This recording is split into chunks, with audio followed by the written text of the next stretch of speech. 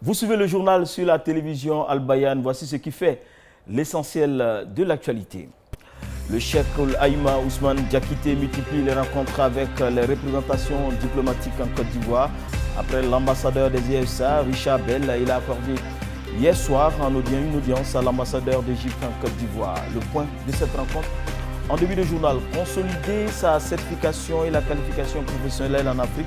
C'est le défi que veut relever le CAMES jusqu'en 2022. Les ministres de l'enseignement supérieur des 19 pays membres sont réunis depuis ce matin à Abidjan en vue de dresser la feuille de route pour y parvenir.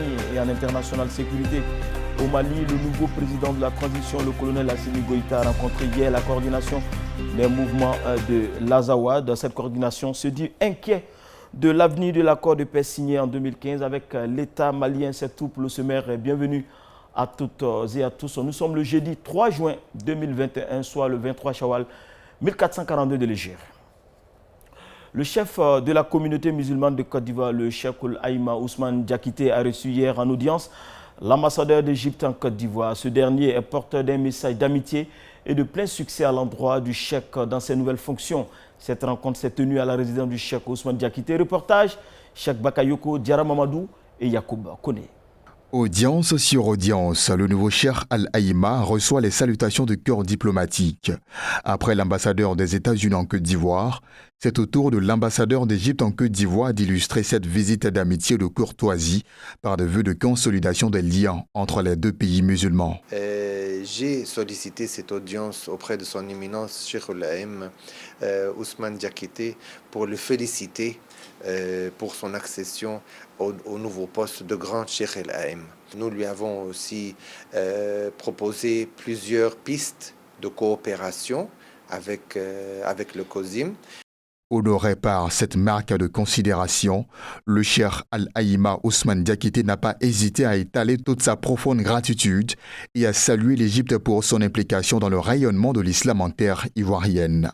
Je voudrais dire toute la fierté, tous les remerciements de la communauté musulmane de Côte d'Ivoire à son excellent monsieur l'ambassadeur et à travers lui à toutes les autorités de la République d'Égypte pour leur soutien à nos efforts d'éducation, à nos efforts d'action humanitaire et à nos efforts d'organisation de la communauté. Porté à la tête du COSIM depuis le 27 avril 2021, le cheikh Al-Aïma Ousmane Diakité sera officiellement investi le 12 juin 2021.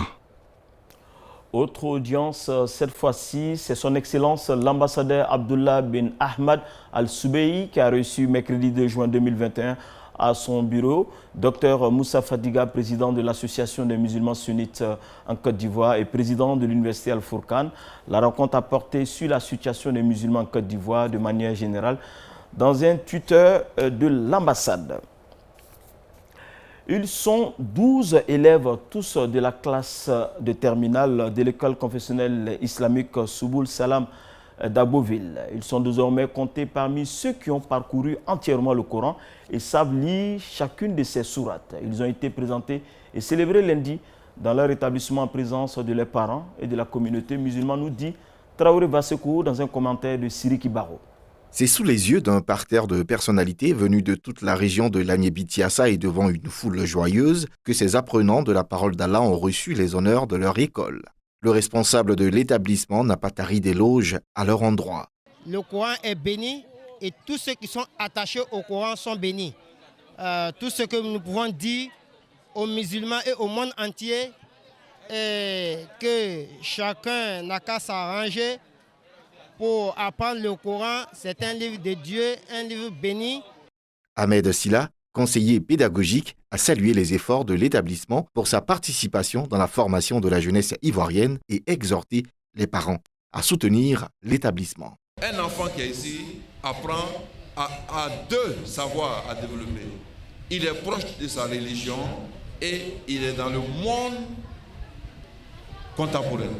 C'est en 1990 que l'école confessionnelle islamique Souboul Salam a été créée par Oustaz Ibrahim Kone pour faciliter l'apprentissage de la religion dans l'Agnébi.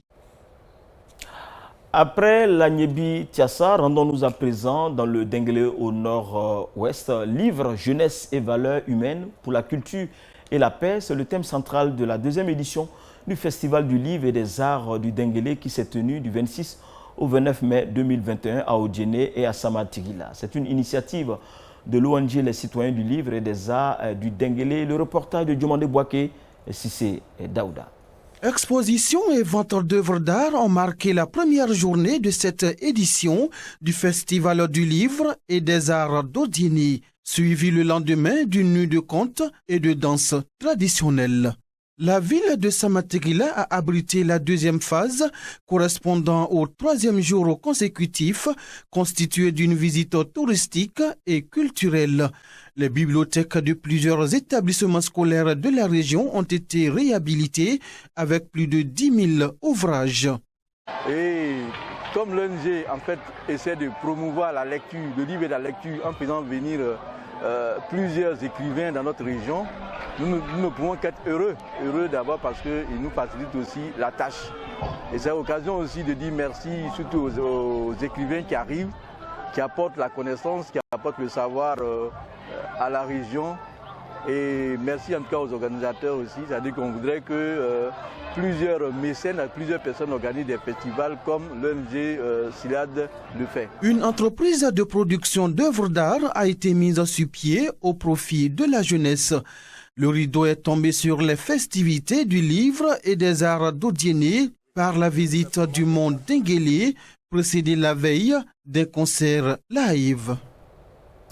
Deuxième titre de ce journal, ouverture ce matin à Abidjan des 37 et 38e sessions du Conseil des ministres du CAMES, Conseil africain et malgache pour l'enseignement supérieur.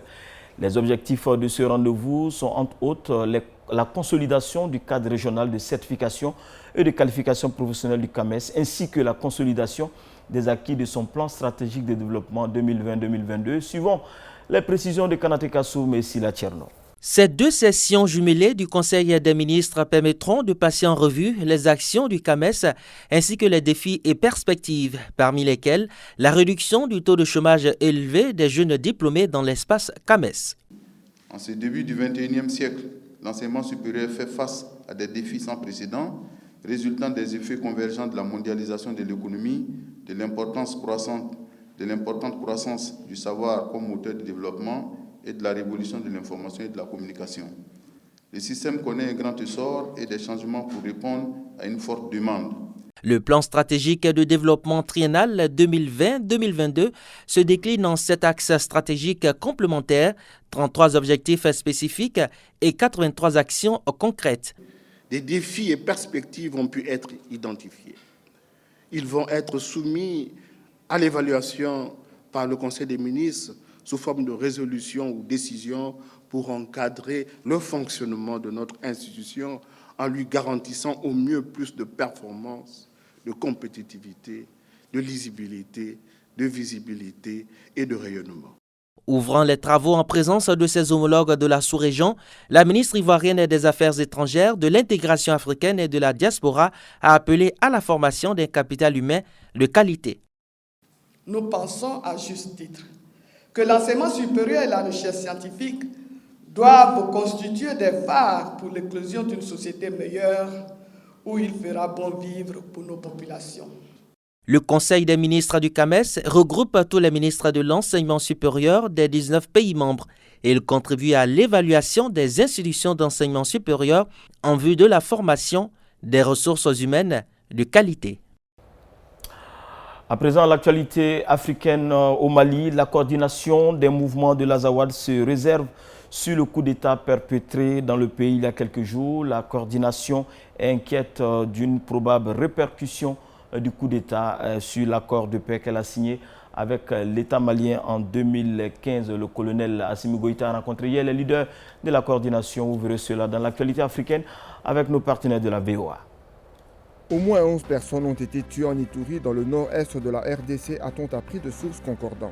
Selon le bourgmestre de la commune de Mungwalu, les victimes seraient des orpailleurs tués par des miliciens FPIC, un groupe armé local venu prendre le contrôle d'une zone minière de la région. Toujours en RDC, 14 personnes sont également portées disparues après le naufrage d'une embarcation sur le lac Tanganyika ce jeudi selon un responsable administratif. Parmi les disparus figurent les 7 membres d'équipage et 7 passagers dont 2 militaires selon l'AFP. Au Mali, le colonel Assimi Goïta a rencontré tard mercredi la coordination des mouvements de l'Azawad, CMA, signataire de l'accord de paix de 2015, a-t-on appris auprès des 2 parties.